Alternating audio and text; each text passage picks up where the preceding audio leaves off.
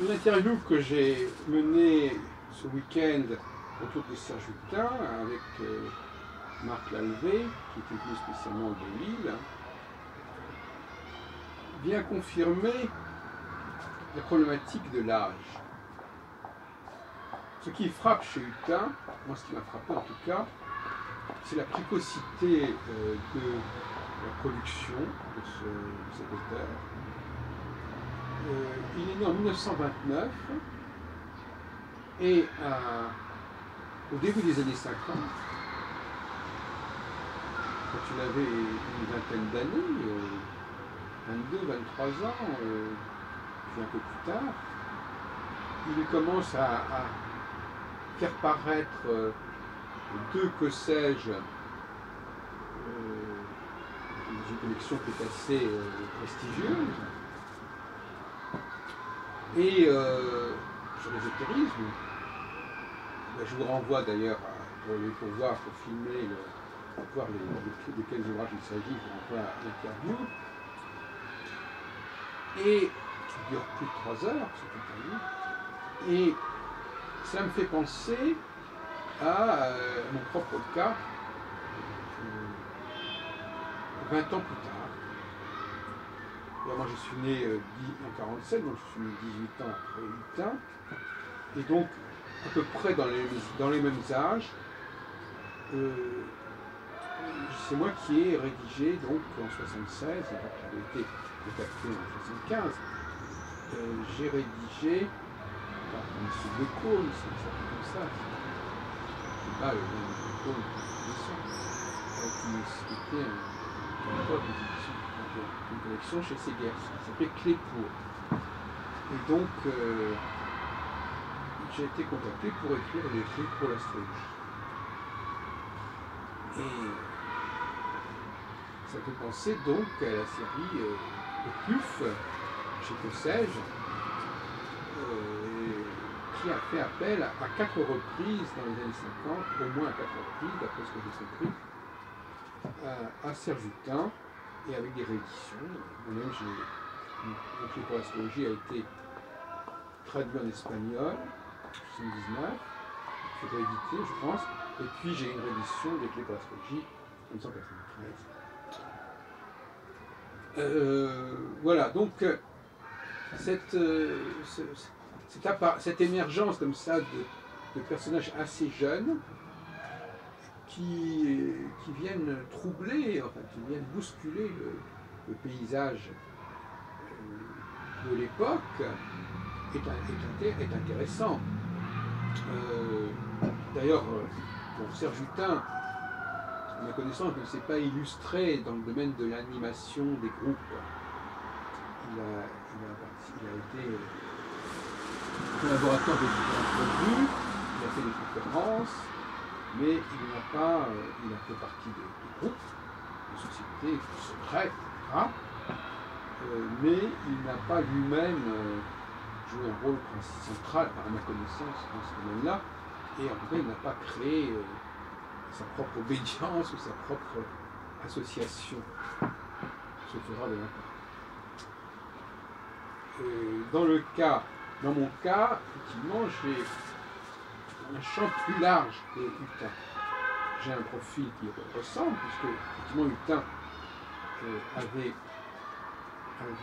été d'ailleurs élève, avait passé un diplôme de l'école pratique en sciences religieuses, et moi-même je suis passé aussi par l'école pratique aux études en sciences religieuses, à 2 reprises d'ailleurs, mais en parlant de celle de 79, où j'avais 21 ans, où je soutiens une thèse de 3e cycle, en Chauny avec Paris 3, qui était Languedoc, sur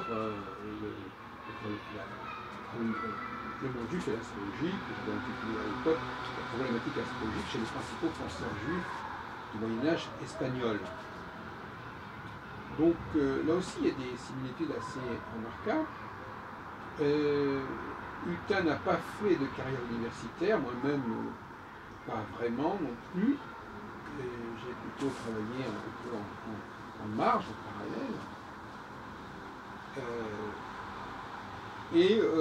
Donc l'activité de Hutin sur le plan de l'édition, qui est assez monumentale, hein, il a créé un nombre considérable d'éditeurs, plus ou moins grands,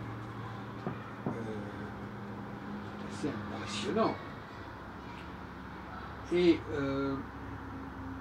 il avait une sorte de, enfin, n'exagérons pas, mais il avait une sorte, pas de monopole, mais il était un interlocuteur absolument incontournable dans ce domaine-là pour les éditeurs. Que ce soit Hachette, que ce soit Dangle, que ce soit Albin Michel, etc. On va dire, c'est prodigieux. D'ailleurs, on ne sait pas très bien comment il pratiquait cette relation publique. Je ne pense pas qu'il y ait eu un agent pour lui. Enfin, on ne sait pas. Ce qui est certain, c'est que ce garçon qui donc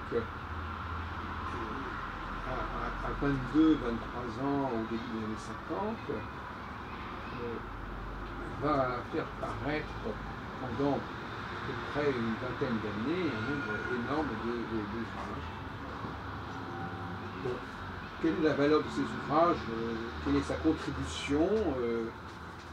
C'est difficile à dire. Il semble que sur le plan de l'astrologie, il n'ait pas fait de contribution majeure. Sur le plan de la recherche, de la pensée. Sur Nostradamus, on peut aussi se poser des questions sur son apport. Il a été un commentateur inspiré probablement des quatrains, mais il n'a pas fait de recherche historique sur Nostradamus, en tout cas pas au sens où je l'entends. Et il s'est illustré aussi dans l'histoire de l'alchimie. On pourrait continuer indéfiniment, les sociétés secrètes, les gouvernements invisibles, la maçonnerie sous la Révolution. Enfin bon, on va pas revenir sur ce qui est apparu lors de l'interview. Moi-même, j'ai publié avec Hutin. Alors, il y a eu une rencontre entre moi et Hutin. C'est qu'en 80, d'abord, il a enseigné dans le cadre de l'Université de Paris, c'était amusant. Moi, en 75, j'ai fondé le MAU. Il était parmi les professeurs. Donc moi j'avais quand même à l'époque 27 ans. Donc je pense que Hutin a dû avoir une certaine sympathie pour moi parce que je ressemblais assez à ce qu'il était 20 ans plus tôt. Et en 86, on a refait une édition de son Histoire de l'astrologie qui est parue chez Henri Verrières, et donc nos deux noms étaient liés à ce moment-là, et puis il a participé en 79 aussi à mon collectif à l'Aquarius sous la Nouvelle Ère des Verseaux, aux éditions Albatros. Mais bon,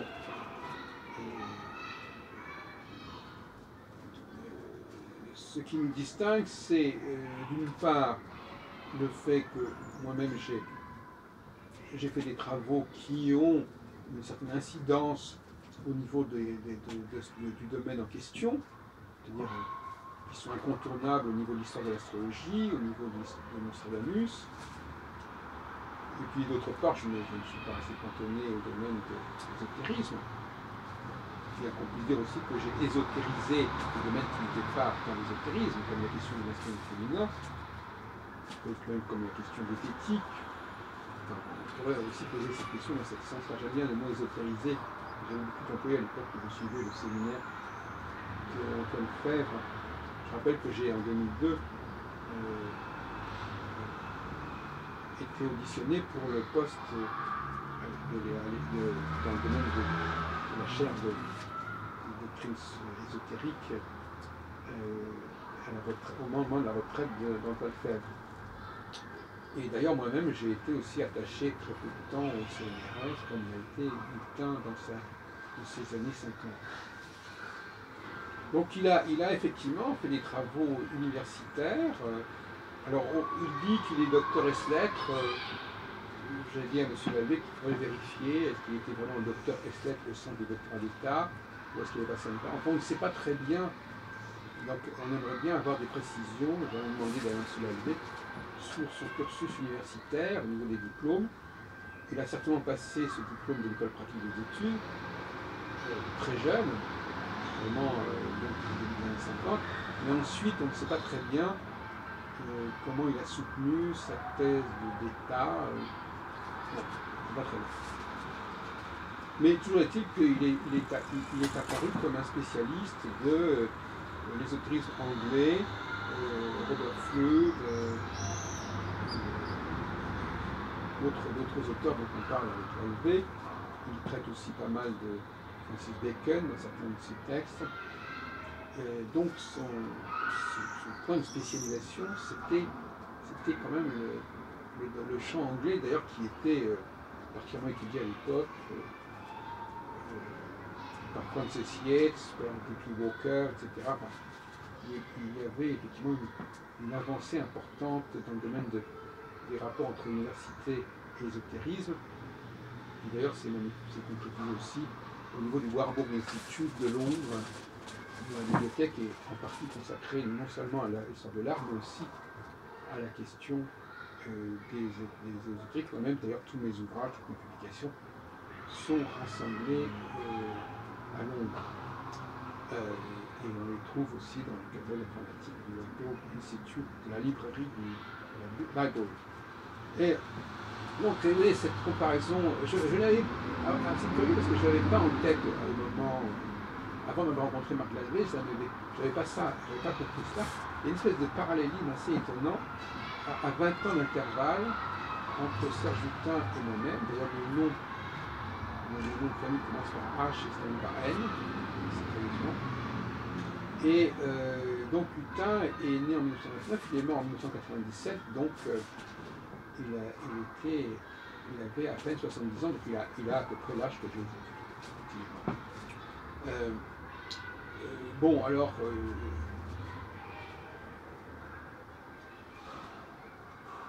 comme je disais, il n'a pas eu d'activité ésotérique sur le plan communautaire, si on peut dire. Il n'a pas organisé de colloques, il n'a pas créé de support audiovisuel. À cette époque, l'Internet n'avait pas de sens, il n'existait pas. Mais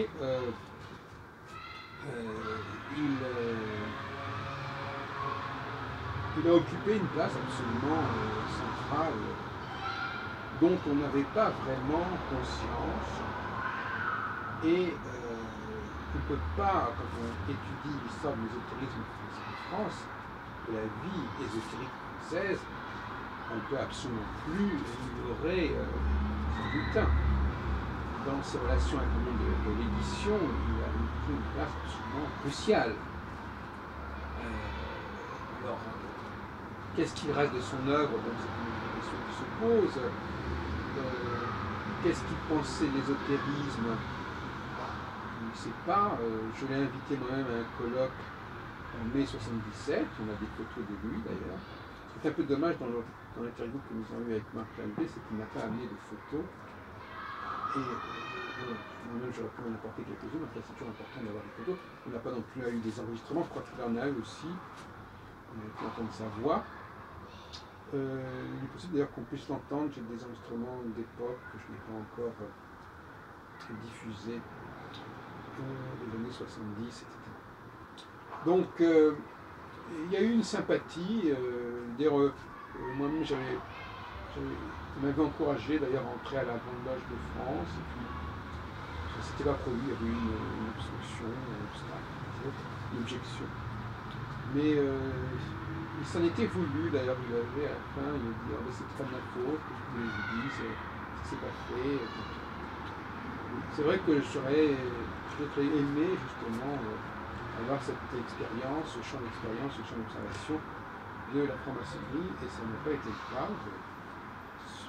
C'est un peu tard. Bon, alors, cette jeunesse, eh bien, on ne la retrouve pas, enfin, j'en ai déjà parlé ailleurs. La jeunesse de Gauquelin dans les années 50, d'ailleurs, était très jeune aussi. Michel Gauquelin est né la même année que Saint-Hutin, et en 55, donc à 25-26 ans, il publie L'influence des astres, qui est un monument fondamental en ce qui concerne la statistique astrologique.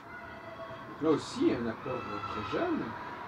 André Barbeau, dans les années 50, lui, il est déjà un peu plus âgé, puisque il est né en 1920 ou 21. Et dans les années 50, il s'occupe de la collection Seuil sur le Zodiac. Il publie en 1955 chez Grasset.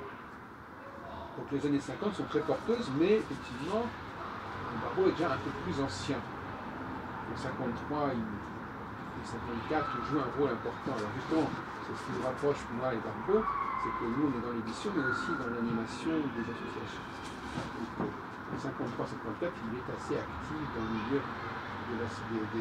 astrologique, au niveau des fédérations, au niveau des congrès à Paris, etc. Dans cette période-là. Et ensuite, donc, moi-même, donc, j'apparais dans les années 70-80, avec d'autres, comme Patrice Loisel, mais Patrice Loisel crée une revue, une association, mais enfin, il ne publie pas grand-chose. Il a soutenu, je crois, un DEA sur la marginalité des astrologues, qui est très intéressant, en sociologie ou en psychosociologie. Et puis, les jeunes loups, il n'y en a pas tellement.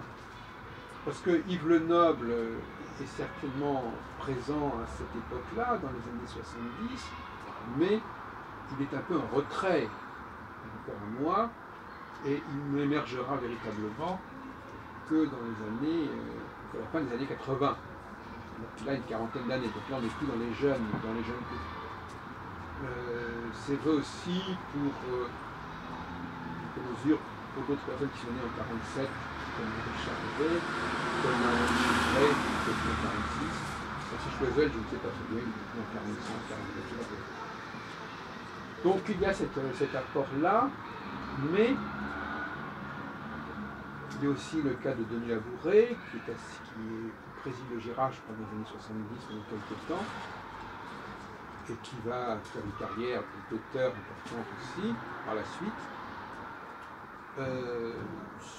Denis Labouret, ça apparaît comme le dernier jeune qui a eu une certaine présence dans le milieu astrologique. Hein.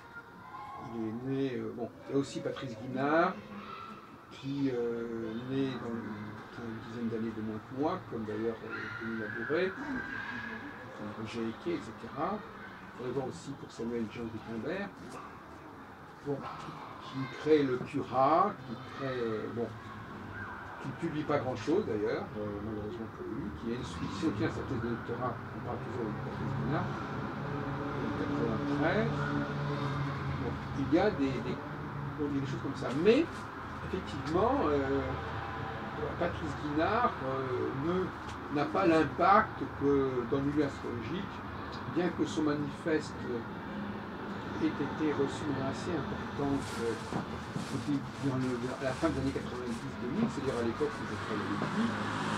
Je mets en ligne mon catalogue des textes astrologiques français, et puis en 2000, nous organisons un colloque ensemble qui a une certaine réussite, qui s'appelait Frontières de l'astrologie, je crois. Bon. Mais on peut dire qu'en 2014, hein, effectivement, il n'y a pas à l'horizon, et cela déjà depuis, parce qu'en 99, par exemple, Patrice Guinard, il a déjà quand même une quarantaine d'années. Moi, je suis en train de parler de ces gens, de ces espèces de météores qui ont une vingtaine d'années et qui, avec leurs 20 ans, 25 ans, font des choses remarquables. Après, que d'autres personnes plus âgées, plus tardives, c'est d'autres problèmes. Mais pour moi, c'est un test important. Un milieu dynamique doit attirer des jeunes. Des jeunes frais et lus de l'université, et pas qui ont quitté l'université des années plus tôt. Voilà. Et donc là, il y a un malaise qui fait que on n'imagine même pas, c'est peut-être aussi au niveau du statut. Moi-même, je suis peut-être marqué par les 68. il y avait un jeunisme peut-être à l'époque qui faisait qu'on croyait aux jeunes. Et aujourd'hui, les jeunes, ils n'ont plus tellement la cote. Je ne sais pas, c'est une théorie. Apparemment, ils avaient plus la cote dans les années 50, 60, 70 qu'aujourd'hui. Et donc, aujourd'hui, les jeunes, ben, ils sont en retrait. Et ce sont toujours des vieux mères qui ont 40 ans, 50 ans, 60 ans, et bientôt 70 ans, qui sont aux commandes. Voilà.